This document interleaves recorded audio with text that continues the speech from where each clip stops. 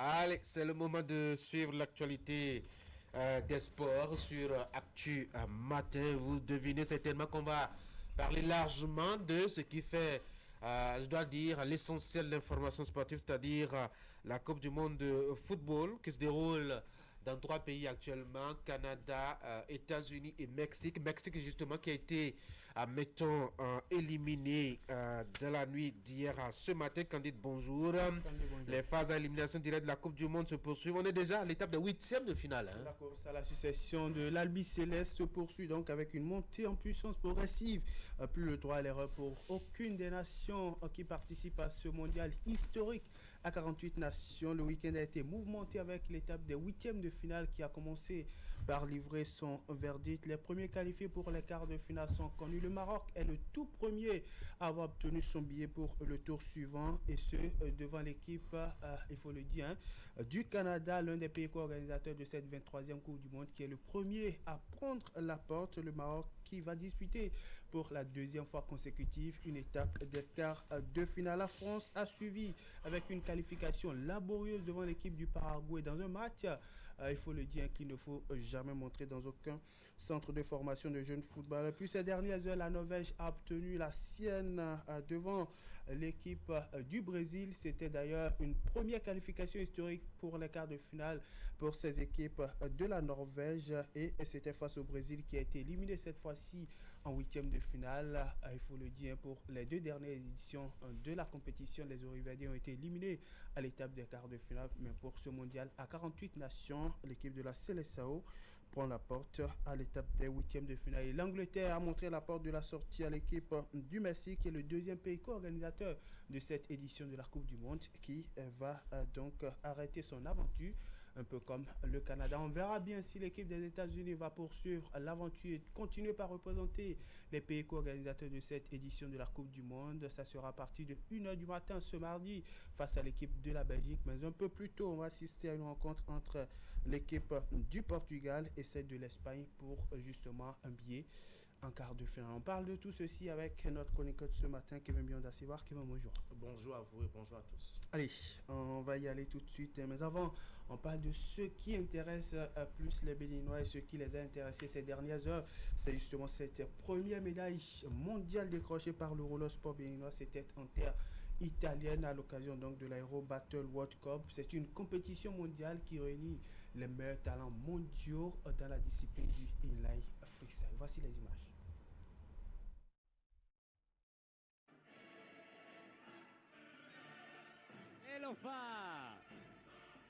L'histoire s'est écrite à Milan pour le roller sport béninois. Désormais, le Bénin figure sur la shortlist des nations africaines avec 2 médailles mondiales dans leur boîte à collection. Pour la toute première participation du Bénin à l'Aero Battle World Cup en Italie, un rendez-vous majeur qui réunit les meilleurs talents mondiaux du roller freestyle, le jeune béninois Salifou Mouhawiya s'est offert la médaille de bronze après une compétition laborieuse. À chaque saut, le jeune béninois a démontré qu'il avait les potentialités nécessaires pour rivaliser avec des talents d'expérience et habitués de cette grande scène mondiale. Au premier saut, il franchit avec brio la barre du mètre 60 pour lancer parfaitement sa compétition. Il enchaîne ensuite avec la barre du mètre 65, également franchie d'un seul coup d'essai. Dans la dernière ligne droite vers le sacre de la compétition, il a tenté de passer la barre du mètre 67 pour se rapprocher de la première marche du podium. Pour les 3 essais possibles, le représentant béninois heurte à chaque coup la barre. Il termine ainsi sa compétition avec un saut du mètre 65. Une performance qui lui permet d'offrir au Bénin sa toute première médaille mondiale au inline freestyle. Il termine par ailleurs à seulement 8 cm du vainqueur, le Moldave, auteur d'un saut du mètre 73, nouveau record du monde de la discipline. Au lendemain de cette performance historique, le Bénin s'oriente déjà vers les World Skate Games 2026 prévus en octobre au Paraguay. L'ambition est de confirmer cette ascension sur la scène internationale. Allez, d'une sélection nationale à une autre, on va s'intéresser aux Amazones dames. Elles jouent au football. Les U17 notamment ont été défaits ce week-end dans le cadre donc de la manche allée du troisième et dernier tour qualificatif au prochain mondial de la catégorie qui va se dérouler en termes marocains cette année même 2026. Bien entendu, pour ce match, les Amazones du Bénin ont été battus 3-2 par les Flamingos du Nigeria. Il faut le dire, Romain Gandonou a ouvert le score pour le Bénin. L'égalisation du Nigeria à la 24e minute de jeu qui est ensuite passé devant à la 62e minute. Mais Nazifatou Dangui a remis les pendules à l'heure pour le Bénin qui finalement s'est incliné sur un score de 3-2 pour cette rencontre. Rendez-vous dans quelques jours à Lomé au Togo, notamment au stade de Kégué de Lomé, pour la manche retour de cette double confrontation dont le vainqueur va donc participer au mondial féminin des moins de 17 ans en terre marocaine. D'un mondial à un autre, on va s'intéresser maintenant à la 23e édition de la grande fête mondiale du football des hommes qui se déroule en Amérique du Nord depuis le 11 juin dernier. Voici la transition.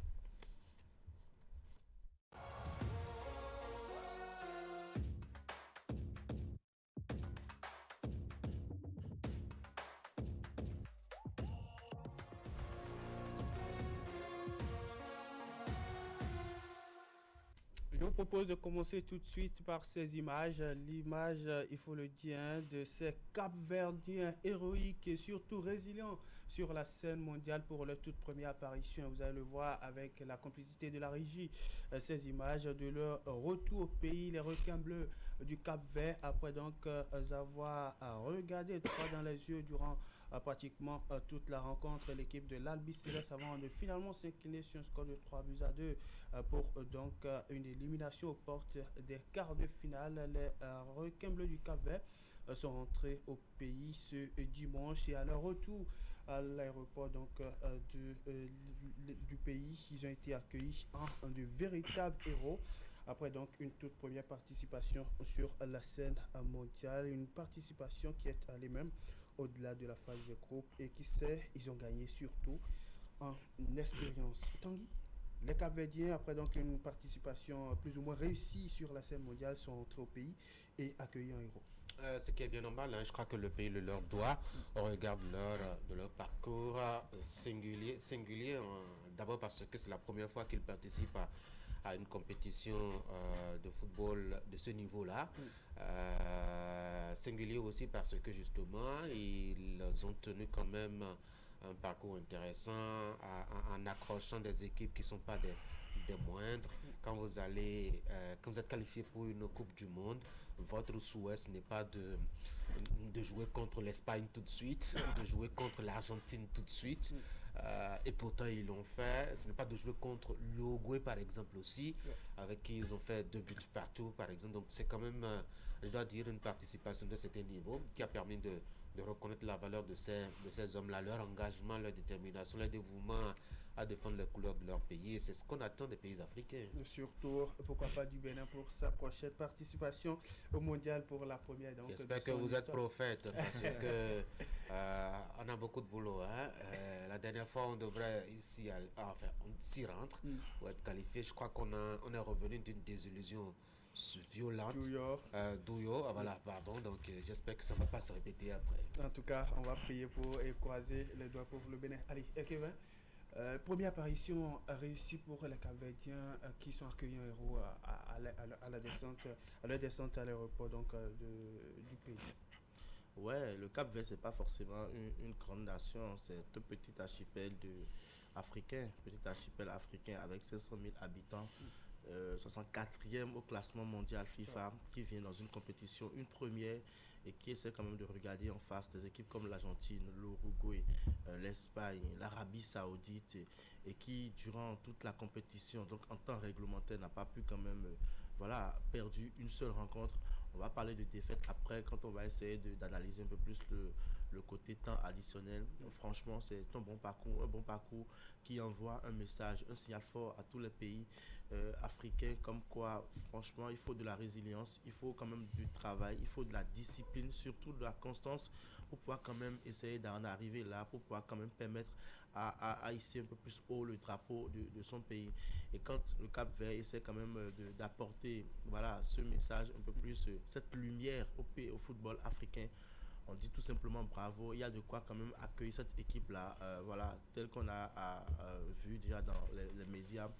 Et je pense qu'ils reviendront un peu plus forts, ils reviendront un peu plus nous proposer encore un bon football, de quoi leur permettre de pouvoir également évoluer davantage et de confirmer déjà ce statut qu'on leur reconnaît désormais parce qu'après après cette compétition, après cette prestation déjà à la Coupe du Monde, je pense que désormais le Cap Vert a lancé un appel très fort qui n'est pas qui est tout simplement qui n'est plus forcément une équipe outsider mais qui est une équipe voilà à suivre de très près. Et surtout qui viendront ces requins bleus du Cap Vert jouer les troubles faites, quel qu'en soit la compétition. On va s'intéresser à une autre chose maintenant. On verra bien si ceux-ci seront accueillis en de véritables euros également, tout comme c'était le cas en 2022 à l'issue de la Coupe du Monde au Qatar. Et je parle là des Lions de l'Atlas du Maroc qui sont les tout premiers à se qualifier pour le tour suivant. L'étape des quarts de finale, c'était face à l'équipe du Canada, l'un des pays co-organisateurs de cette 23e Coupe du Monde. Le Maroc qui a réussi à s'offrir son ticket devant l'équipe du Canada au bout d'un score de 3-0. Qualification surprise ou qualification attendue? Qualification attendue. C'est vrai que dans le match, quand on va essayer d'analyser un peu plus, il y a beaucoup de choses à corriger. Une première partie de cette équipe marocaine qui n'a forcément pas convaincu. Une seconde partie également qui ne permet pas forcément de dire que le Maroc est franchement au top de sa forme parce qu'on connaît un peu plus cette équipe. Si elle est vraiment voilà, à 100% de ce qu'elle peut donner, elle peut encore mieux faire. Mais après, je note l'efficacité. Efficacité parce que sans me tromper, durant toute la rencontre, donc 90 minutes, il y a eu 5 tirs de la part des Marocains et donc 3 buts. C'est montrer un peu plus l'efficacité devant l'efficacité offensive de ces joueurs-là. Je pense que le service est bien. Donc après, je pense que le Maroc continue un peu plus sur sa lancée. Cette lancée qu'on reconnaît tous, qui est voilà, demi-finaliste de l'édition dernière. Donc essaie quand même de pouvoir encore aller un peu plus loin dans la compétition. Le Maroc assume son statut qu'on lui reconnaît, même si après il y a encore voilà, l'imbroglio autour Et on va parler de la suite pour ces Marocains tout à l'heure. Tanguy, la qualification du Maroc pour l'étape des quarts de finale. On a vu dans un match, chacune de ces équipes, notamment le Maroc et le Canada, ont eu droit à leur temps fort. Le Canada qui a dominé la première période mais sans jamais trembler les filets. Le Maroc qui, lors de son temps fort, s'est bien entendu a fait 3 buts et sauf son ticket au bout. Oui, il faut dire que le Maroc est rentré difficilement dans son match. Évidemment, c'était relativement prévisible quand on voit un peu son parcours. Et je le disais sur ce plateau que le Maroc, là, que j'avais jusque-là, ne me rassurait pas. Sauf que je crois que ils ont épuisé un peu les Canadiens parce que vers la deuxième mi-temps, on a constaté quand même que les Canadiens n'avaient plus vraiment le souffle et l'énergie qu'ils avaient engagé dans la première partie. Je crois que ça a pesé lourdement sur leur prestation et le résultat final. Oui, le Maroc était peut-être attendu. On regarde peut-être son parcours lors de l'édition précédente, mais le Maroc, ma foi, n'avait pas rassuré, en tout cas à mon sens, au début de cette compétition. Mais maintenant que je crois qu'il y a eu cette prestation avec le Canada, ce n'est pas la meilleure équipe de la planète en matière de football. Donc, on ne peut pas dire tout de suite que le Maroc a offert le meilleur niveau de son football. Le test qu'il attend véritablement, ça va être contre les Bleus lors des quarts de finale. Justement pour la suite, comment voyez-vous la suite pour ces Lions de la... Ça va être très difficile quand on voit un peu, je dois dire, la fébrilité au niveau de l'axe défensif du Maroc. C'est vrai qu'il y a un certain Issa qui est solide, et sa taille lui permet de survoler un peu, je dois dire, les attaquants, mais cela ne suffit pas à cause de cette mobilité qu'on a au niveau donc de l'attaque française et cette multiplicité, je dois dire, de compétences et de potentialités. Cela offre, je dois dire, une certaine dynamique qui va être peut-être difficile au Maroc de contenir. Mais bon, il y a aussi le problème, je dois dire, de l'attaque marocaine qui n'est pas forcément, je dois dire, de la meilleure efficacité possible. C'est vrai qu'ils ont été très surprenants face au Canada. C'est la première fois, en tout cas, lors de cette compétition, que j'ai vu un Maroc aussi efficace, avec des contre-attaques qui donnent des résultats pertinents. J'espère que ça pourra tenir et être efficace aussi comme ça face à ce milieu, à ce milieu défensif de la France et surtout à cette... Surtout quand on a vu face au Canada, le milieu du Maroc a été muselé. Oui, absolument. Ça a été vraiment difficile pour eux d'évoluer, de récupérer le ballon, d'avancer. Et si ça va continuer comme ça, peut-être avec les Français, ça va être une grosse galère. Une grosse galère. Kevin, à la suite pour les Marocains? Ouais, les Marocains devront batailler très dur parce que là, pour la rencontre, nous sommes tous unanimes ici qui n'ont pas pu quand même essayer de convaincre à 100%. Après, ils ont perdu ce joueur-là qui, en 3 rencontres, a essayé quand même de trouver Ismaïl Saïbari qui, entre-temps, était blessé. Mais après, Azzedine Ounaï qui a su quand même trouver le chemin défilé avec 2 réalisations et tout. Il y a Brahim Diaz de l'autre côté du Real Madrid qui ne répond forcément pas, qui essaie quand même d'être encore dans la timidité depuis le début de cette partie, donc de cette compétition, la Coupe du Monde. On a également celui-là qu'on ne présente plus, Achraf Hakimi, qui pourra apporter à son équipe. Moi, je vois plutôt une rencontre qui sera très très disputée. Après, il y a la France qui demeure la France avec son côté offensif qu'on lui reconnaît quand même tous, et après son milieu de terrain et tout, même en l'absence de Tchouaméni dernièrement pour cette rencontre, cette dernière rencontre jouée, on a vu quand même comment est-ce que les Français se sont comportés. Je pense que le Maroc aujourd'hui c'est une grande nation du football. La grande nation du football, elle se reconnaît également par les grands matchs, et ce grand match face à la France, ce sera une opportunité de nous prouver encore qu'elle peut quand même, l'équipe peut encore quand même essayer d'aller loin dans la compétition. Et parlant de la France, on a vu cette équipe obtenir une qualification difficilement face à l'équipe du Paraguay dans un match. Je l'ai dit un peu plus tôt, qu'il ne faut jamais montrer dans un centre de formation. C'était au-delà d'un comportement sportif qu'on a remarqué sur le terrain. Oui, parce que après, quand vous jouez une rencontre et que vous n'arrivez forcément pas à aller droit au but et que vous ne trouvez pas le chemin défilé, ça agace, ça irrite, et surtout que nous sommes à une étape de la compétition où on ne veut plus forcément engranger des points, mais on veut plutôt tenir comme du score pour un peu plus aller loin dans la compétition. Je vois que c'est important. Après, je pense que la manière, vous voulez forcément un football de haut niveau, comme on a l'habitude de le dire. Mais après, je pense que la France a fait un service minimum. Kylian Mbappé qui trouve un penalty qui sont comptés une fois encore 7 buts, à l'instar de Lionel Messi et de certains Erling Haaland. Une compétition qui est très prolifique d'ailleurs en but. Moi, je pense que la France a fait le service minimum. L'essentiel, c'est de passer le tour suivant et après tirer les enseignements de cette rencontre-là, en même temps pour pouvoir quand même essayer d'évoluer un peu plus loin dans la compétition. Et quand on sait que cette France-là a été quand même finaliste de l'édition dernière, une France également qui en 2018 a remporté le trophée, mais un peu plus tôt était quart de finaliste. Moi, je pense que quand on regarde un peu plus le parcours de cette France-là durant les dernières années, je pense qu'elle a quand même les âmes nécessaires.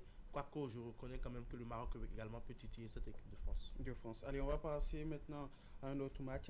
La Norvège qui obtient une qualification historique devant l'équipe du Brésil, éliminée en quart de finale en 2018 et en 2022. Cette fois-ci éliminée à l'étape des 8e de finale du mondial à 48 nations. Face à quelle équipe? La Norvège qui obtient Tanguy, sa toute première qualification pour l'étape des quarts de finale en 4 participations. Oui, et une première, en tout cas pour cette équipe norvégienne qui était partie, contrairement à ce que les gens pouvaient croire, qui était partie favori avant même cette rencontre, parce qu'on a vu un Brésil très poussif. Et le match du Brésil contre le Japon aurait pu mettre la puce à l'oreille pour comprendre que cette Albi Céleste n'était pas vraiment de la meilleure de ses formes. D'ailleurs, en match d'ouverture, en match d'entrée, je dois dire, dans la compétition face au Maroc, on a vu aussi cette difficulté que les Brésiliens avaient eu à tenir face aux Marocains. Donc c'était bien clair que ces Brésiliens ne pouvaient pas aller plus loin que cela. Cela a été d'ailleurs un miracle, en tout cas pour moi, de les voir tenir pendant la première mi-temps sans encaisser. Il y avait même ce but, refusé justement sur hors-jeu par les Norvégiens. Oui, je ne sais pas si je dois dire la même chose que j'ai dit au sujet de l'Allemagne quand je lui demandais d'aller consulter l'oracle au sujet de cette compétition. Oui, au sujet de ce trophée de 2014 qu'ils ont remporté. Depuis lors, ils ont commencé vraiment à galérer. Et je ne sais pas si cela leur a apporté malheur. Il faudrait vraiment interroger les dieux pour savoir qu'est-ce qui se passe. Et je crois que les Brésiliens ont aussi besoin d'aller faire ça. Quand on voit un peu, j'ai dit que le Brésil est un réservoir de footballeurs et que depuis 2014, que leur galère aussi a commencé avec ce cinglant 7-2 ou 7-1 qu'ils ont pu subir à domicile. Voyez-vous, depuis là, ils ont commencé à mettons, coincer soit au niveau des quarts de finale, soit en huitième de finale, comme d'ailleurs c'était le cas hier. Par exemple, il faut dire que le Brésil a besoin de réinvestir dans son football pour remobiliser les talents, effectivement. Kevin, le Brésil qui déçoit une nouvelle fois. Oui, une nouvelle fois, depuis le début de la compétition, le Brésil n'était pas forcément ce Brésil flamboyant. Un Brésil qui n'est pas forcément au top de sa forme et qui a montré quand même une rencontre très très bizarre. Un match qui est très vite à oublier avec des occasions qui sont ratées. Quand vous êtes Brésil et que vous avez un joueur comme Guimaraes qui rate un penalty alors que nous sommes dans les phases à l'élimination directe, vous avez celui-là qu'on ne présente plus, le jeune Hendrick qui rentre dans le match à peine et qui ne sait pas forcément également de scorer face à cette occasion trouvée. Je pense que le Brésil a été sur la rencontre pas forcément un Brésil très très très en forme et je pense qu'en face il y avait une équipe de Erling Haaland qui a su quand même retrouver un peu plus sa forme comme depuis le début de la compétition et qui a essayé de mettre un peu plus à dos tout l'adversaire et donc 2 buts à 0. Je pense que c'est logique quand on regarde un peu plus la rencontre proposée par cette équipe-là. Donc après, le Brésil devra quand même travailler un peu plus sur son jeu. Moi, je pense que le problème, c'est au-delà des joueurs. C'est la crise, elle est profonde. Parce que depuis 23 ans, 2002, où vous avez soulevé le trophée et vous êtes l'équipe qui a quand même plus de trophées dans cette compétition, donc 5 trophées en Coupe du Monde, et que vous n'arrivez pas forcément à démarrer, que vous restez toujours dans cette timidité. 23 ans après, moi je pense que le Brésil n'arrive pas forcément à tirer des enseignements de ces échecs. Et je pense que ce n'est pas propre au Brésil. Tanguy a su bien le dire. Il y a l'Allemagne également qui peine depuis 2014. Il y a l'Espagne qui depuis 2010 également ne sait pas forcément de pouvoir aller loin dans la compétition. Moi je pense qu'il faut essayer quand même de s'interroger entre dirigeants et de trouver un peu plus... les solutions idoines permettent quand même à ce Brésil de retrouver le spectacle qu'ils ont l'habitude de nous proposer. Et Brésil qui est fini, en même temps Neymar qui joue sa dernière compétition, les pleurs, les larmes, comme on a l'habitude de le voir, mais qui a essayé quand même de marquer. Il veut toujours revenir, je crois qu'il est à 34 ans. Mais il a annoncé la coupe du Monde se joue tous les 4 ans. Il a annoncé. Il y a quelqu'un qui joue à 41 ans, vous n'oubliez pas dans cette compétition. Et même le gardien capverdien, il est venu à 40 ans et il a fait beaucoup d'exploits. Mais après, il peut aussi changer sa décision parce qu'on a vu Lionel Messi dans l'actualité qui entre-temps a dit qu'il voulait quand même se retirer, mais qui est encore revenu un peu plus dans la compétition. Peut-être que sous le coup de la colère, de la déception, on ne veut plus forcément aller loin dans la compétition. Quand on sait que Neymar également a traversé beaucoup de périodes, des blessures, un peu plus de la pression et tout, c'est pas forcément, mais qu'on le veuille ou non, c'est un joueur qui n'a pas forcément l'hygiène adéquate, qui a le talent en football, mais il va falloir quand même faire le bilan. Allez, le malheur du Brésil fait le bonheur de la Norvège qui a obtenu sa toute première qualification pour les quarts de finale. Quand on regarde un peu le parcours de cette équipe norvégienne depuis le premier match de la phase des groupes, on voit cette équipe qui prend un peu plus l'étoffe d'une nation qui est venue jouer les poils à gratter et surtout qui a l'ambition de rejoindre le dernier carré. Oui, on ira même un peu plus au-delà, regarder un peu plus la phase des éliminatoires pour quand même arriver à la compétition. Ils ont fait un parcours sans faute avec 4 points donc, pour sortir quand même de leur groupe avec un Erling Haaland qui était vraiment au top de sa forme avec 16 buts s'il vous plaît. Ouais. Donc après, c'était pas nouveau. Haaland qui continue un peu plus sur cette lancée, permettant quand même à son équipe d'aller un peu plus loin dans la compétition. Je vois une équipe qui est résiliente, une équipe qui a envie et qui communique et surtout avec ses supporters, permettant quand même de pouvoir quand même bien jouer les différentes rencontres, comme on le dit, step by step. Donc je pense que cette équipe est désormais à suivre de près. En entrant un peu plus dans la compétition, on voit cette équipe-là qui n'est pas forcément une équipe qui pouvait quand même déranger l'adversaire. Mais je pense que match après match, cette équipe montre un peu plus qu'elle dispose des arguments nécessaires pour pouvoir quand même mettre à dos un peu plus l'adversaire. Moi, je pense que cette fois-ci, une fois encore, ils se sont imposés. Erling Haaland qui, désormais également, à la table des meilleurs buteurs avec Lionel Messi et Kylian Mbappé. Et c'est pas terminé. Je pense que cette équipe-là nous réserve encore beaucoup de surprises pour la suite de la compétition. Allez, pour la suite, la Norvège sera face à l'équipe de l'Angleterre qui, ce petit matin, s'est offert sa qualification pour l'étape de quart de finale face à un autre pays co-organisateur, le Mexique, qui rejoint le Canada, qui est à l'aéroport depuis le premier match de cette étape des huitièmes de finale.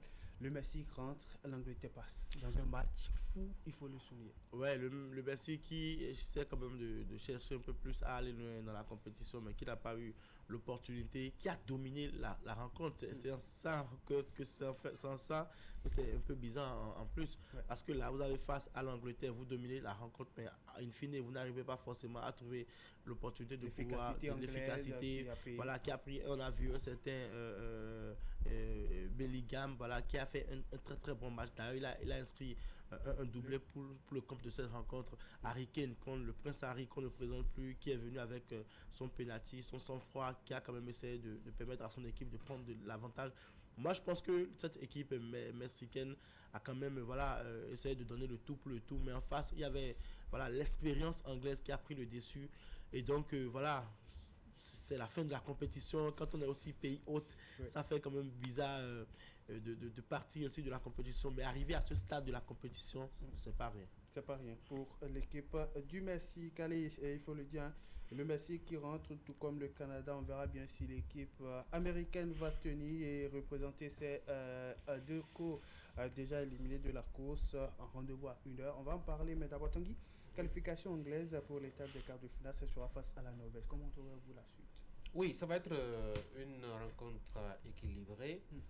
Quand on voit un peu, je dois dire, l'énergie que dégage cette équipe norvégienne qui peut tenir de bout en bout, je dois dire 90 minutes sans impôt. Je crois que Carlo Ancelotti a fait plus de changements hier que son homologue, je dois dire, norvégien. Voilà, ce qui montre très clairement que cette équipe est quand même pleine d'énergie et peut tenir une rencontre. Il y a aussi que les Anglais ont été très éprouvés sur leur parcours, il faut bien le voir. Déjà avec le Ghana où ça a été très difficile, ils ont poussé. Donc physiquement déjà c'est des gens qui ont suffisamment donné. Et si ça doit se mesurer sur la quantité d'efforts à fournir, je crois que les Norvégiens partent légèrement favoris. Mais bon, le football c'est quand même 90 minutes et le rectangle il est vert et rectangle pour deux équipes. Donc voilà, on verra bien qui sera mieux intelligent, plus efficace dans le but. Allez, avant cette rencontre, on va assister déjà à ces deux qu'on va suivre entre ce soir et demain matin. À 20h, le Portugal sera face à l'équipe de l'Espagne pour une place en quart de finale. Le Portugal de Cristiano Ronaldo qui a arraché une qualification laborieuse face à l'équipe de la Croatie sera face à l'équipe espagnole. Ouais, c'est deux équipes qui sont en quête de soulever le trophée. J'ai tantôt fait cas de l'Espagne qui, depuis 2010, n'arrive forcément pas à aller loin dans la compétition.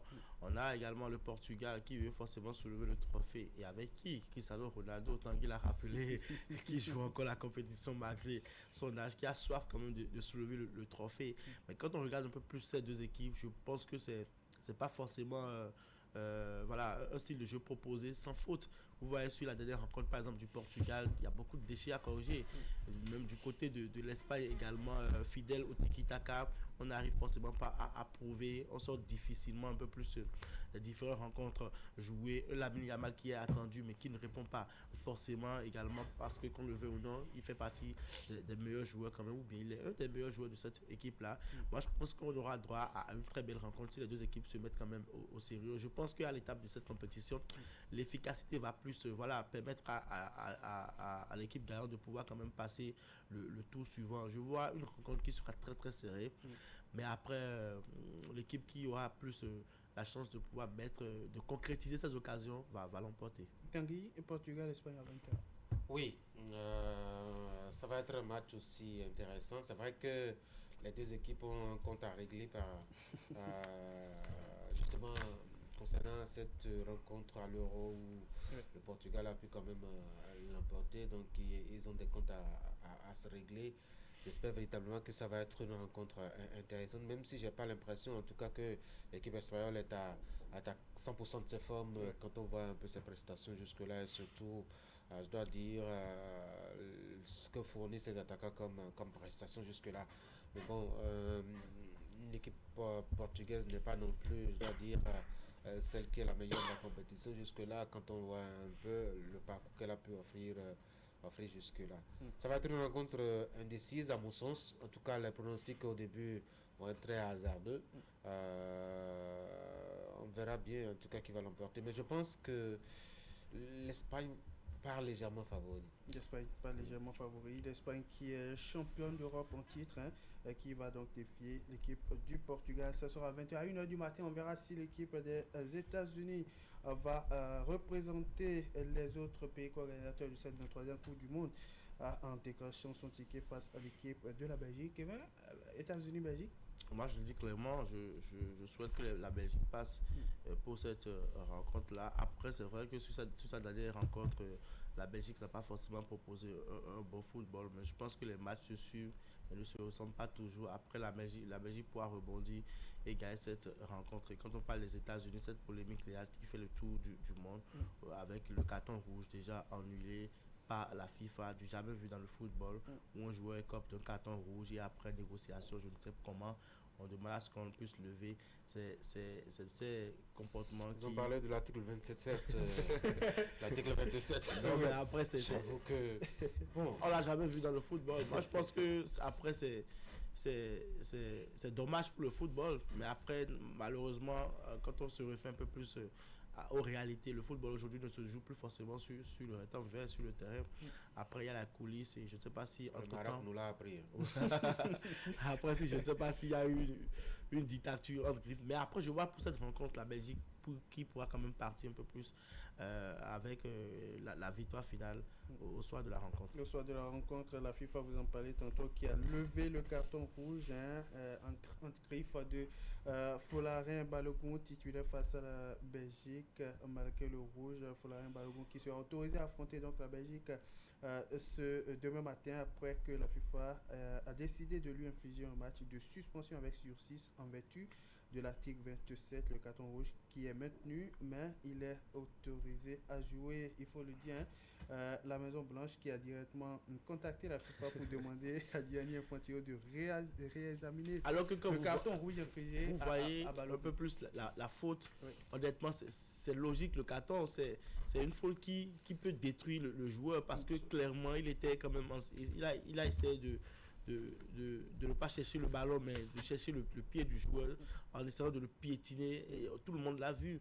Mais que la FIFA vienne aujourd'hui nous dire quand même que voilà, il faut... je ne sais pas si c'est une manière de réinventer la roue qui existe déjà pour un joueur oui, justement de cette... Le président américain parlait de justice, oui, et j'avoue que je ne savais pas de quoi il parlait. Il vaut mieux qu'il se contente de ces hockey sur glace, parce qu'en matière de football, je ne sais pas est-ce que... Ils sont loin de la réalité. À quel niveau il faut parler de justice. Quand on voit un peu la faute qui a été commise par Balogun, bon, écoutez, le football, c'est aussi un milieu de la diplomatie, de l'influence. C'est aussi un milieu, de rapport de force, il ne faut pas l'oublier aussi. Donc, c'est une manifestation un peu des choses qui se passent dans les coulisses. Il faut peut-être s'en désoler, mais il faut quand même être réaliste et comprendre que, bon, quand, la politique entre en jeu, eh ben, les règles se cachent, se dissipent. Vivement que cette politique-là ne nous amène pas à voir les États-Unis soulever le trophée. De toutes les façons, la Fédération belge de football a dévoilé un communiqué hier, tout juste après la décision rendue publique. La Fédération royale belge de football qui est stupéfaite de la décision de la FIFA d'autoriser le joueur américain Folarin Balogun suspendu à disputer le match avec justement la Belgique, il faut le dire, à partir donc d'1h du matin ce mardi. Voilà donc ce qui se passe au niveau de cette 23e Coupe du Monde. Allez Tanguy, rendez-vous à 20h pour suivre Espagne-Portugal et puis à 1h du matin pour suivre États-Unis, Belgique, et on se retrouvera après ici demain pour un autre point du mondial. Oui, on fera justement le tour d'horizon, je dois dire, de ces rencontres et des résultats qu'on aura obtenus à cette occasion. Allez, bonne journée à vous deux, chers messieurs. Merci. Prenez soin de vous et à demain. À demain. Mesdames et messieurs, mon invité au téléphone a déjà décroché mon appel. Voici donc Chérif Kakou Kodjo pour notre entretien de ce matin.